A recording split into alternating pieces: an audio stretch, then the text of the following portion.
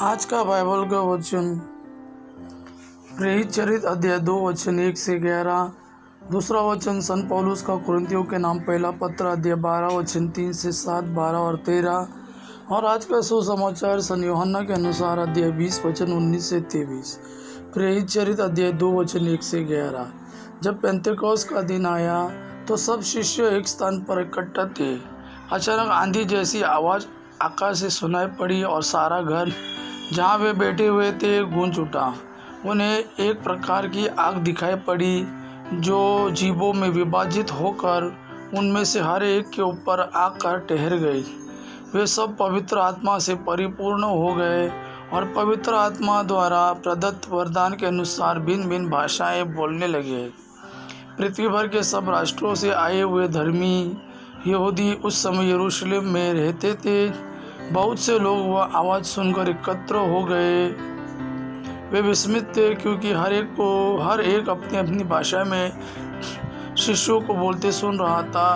वे बड़े अचंभे में पड़ गए और चकित होकर यह कहने लगे, क्या ये बोलने वाले सब के सब गलीली नहीं है? तो फिर हम में से हर एक अपने अपनी जन्मभूमि की भाषा कैसे सुन रहा है? पारती, मेदी और अलामती, मेसोपोटामिया, यहूदिया और कप्पादोसिया, पोंतुस और एशिया, फ्रिजिया और पाम्फिलिया, मिस्र और किरीन के निकटवर्ती, लीबिया के निवासी, रोम के यहूदी तथा दीक्षार्थी प्रवासी, क्रेटा और अरब के निवासी, हम सब अपने अपनी भाषा में इन्हें ईश्वर के महान कार्यों का बखान करते सुन रहे हैं। आज का सुसमाचार दूसरा वचन संत पौलुस का कुरिन्थियों के नाम पहला पत्र अध्याय 12 वचन 3 से 7, 12 और 13।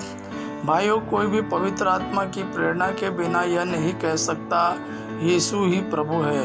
कृपादान तो नाना प्रकार के होते हैं किंतु आत्मा एक ही है। सेवाएं तो नाना प्रकार की होती है किंतु प्रभु एक ही है।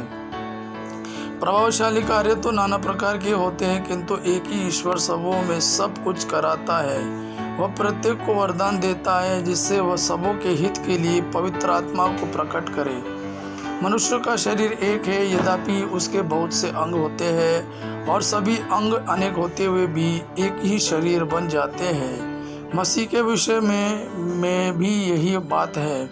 हम यहूदी हो अथवा यूनानी, दास हो अथवा स्वतंत्र, हम सब के सब एक ही आत्मा का बपतिस्मा ग्रहण कर एक ही शरीर बन गए हैं। हम सबों को एक ही आत्मा का पान कराया गया है। आज का सुसमाचार सन यूहन्ना के अनुसार अध्याय 20 वचन 19 से 23। उसी दिन अर्थात सप्ताह के प्रथम दिन संध्या समय, जब शिष्य यहूदियों के भय से द्वार बंद किए एकत्र थे, यीशु उनके बीच आकर खड़े हो गए। उन्होंने शिष्यों से कहा, तुम्हें शांति मिले। और इसके बाद उन्हें अपने हाथ और अपने बगल दिखाए। प्रभु को देखकर शिष्य आनंदित हो उठे। यीशु ने उनसे फिर कहा, तुम्हें शांति मिले। पिता ने जैसे मुझे भेजा है, मैं वैसे ही तुम्हें भेजता हूँ। यह कहने के बाद यीशु ने उन पर फूंक कर कहा, पवित्र आत्मा को ग्रहण करो। तुम जिन लोगों के पाप क्षमा करोगे वह अपने पापों से मुक्त हो जाएंगे, और जिन लोगों के पाप नहीं क्षमा करोगे वे अपने पापों से बंधे रहेंगे। यह प्रभु का वाणी है। प्रभु को धन्यवाद। आबा पिता की महिमा और पुत्र यीशु का प्रेम आप पर सदा सर्वदा बना रहे। आमीन।